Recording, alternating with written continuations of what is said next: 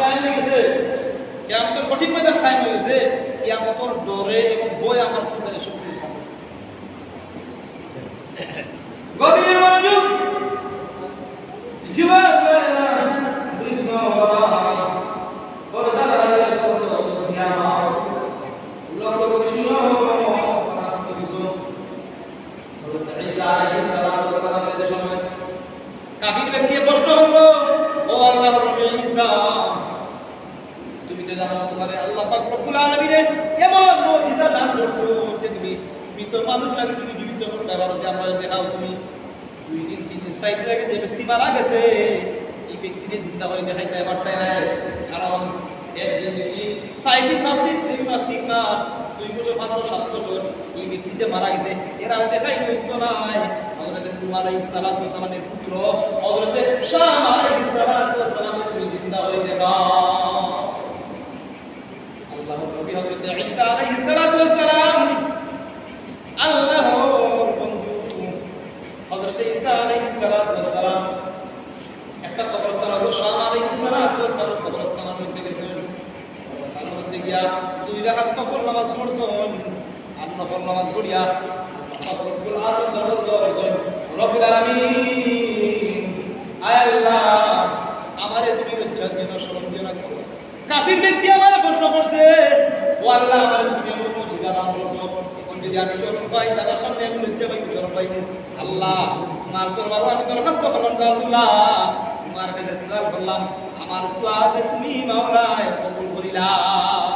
আল্লাহ পাক রব্বুল আলামিন কই, ও বন্ধু চিন্তার কি কারণে আমার মন হয়েছে, চিন্তার কোনো কারণ নাই, দোয়া করতে দেরি হইব, আমি রব্বুল আলামিন তোমার দোয়ারে কবুল করতে সর্বাসে তোমার সময় লাগবে না। সুবহান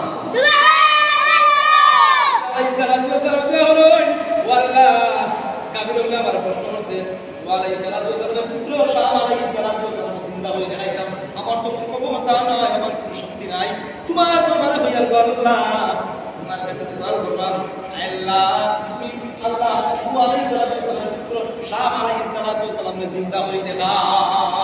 সুবহানাল্লাহ সঙ্গে দেখা যায় অবস্থান থেকে এমন একজন ব্যক্তি খালা দাঁড়িয়ে সব কিছু দাঁড়িয়ে চুল দাঁড়িয়ে সব কিছু সাদা হয়ে গেছে। ওয়ালাইহিস সালাম হযরত ঈসা আলাইহিস সালাতু ওয়াস সালাম দ্বারা আল্লাহ পাক রব্বুল আলামিন করেছেন। দেখা গেল অবস্থার মধ্যে এমন একজন মৃত ব্যক্তি জীবিত হয়ে উঠে গেছে। সুবহানাল্লাহ সুবহানাল্লাহ কাফির ব্যক্তি তাদের প্রশ্ন করেন, ও আল্লাহর বান্দা শাম আলাইহিস সালাম তুমি তোমার দেখি চুল দাঁড়িয়ে সব কিছু সাদা হয়ে গেছে, কারণটা কিটা? আলাইহিস সালাতু ওয়াস সালামের পুত্র শাম আলাইহিস সালাতু ওয়াস সালাম জবাব দেন, আমি তো মনে করছি ডাক শুনিয়া কিয়ামতের কঠিন ময়দান কিয়ামতের ডরে এবং ভয়ে আমার চুল দাঁড়িয়ে সব কিছু আমার সাদা হয়ে গেছে। চিন্তা করলাম কিয়ামতের কঠিন ময়দান কায়েম হয়ে গেছে, কিয়ামতের ডাক শুনিয়া কিয়ামতের ডরে এবং ভয়ে আমার চুল দাঁড়িয়ে সব কিছু সাদা হয়ে গেছে। এরপরে কাবে বলে আমার প্রশ্ন করলাম, আলাইহিস সালাতু ওয়াস সালাম পুত্র শাম আলাইহিস সালাতু ওয়াস সালামকে যে তুমি কয়দিন আগে মারা গেছো? বলে আমি একদিন 2 দিন 3 দিন 4 দিন নয় 4 মাস 5 মাস 10 মাস আগে আমি মারা গেছি না, আমি 4000 বছর আগে মারা গেছি, 4000 বছর আগে আমি মারা গেছি। এখন পর্যন্ত আমার মৃত্যুর যন্ত্রণার ডর হয়ে আমার অন্তরটাকে এখনো সরছে না।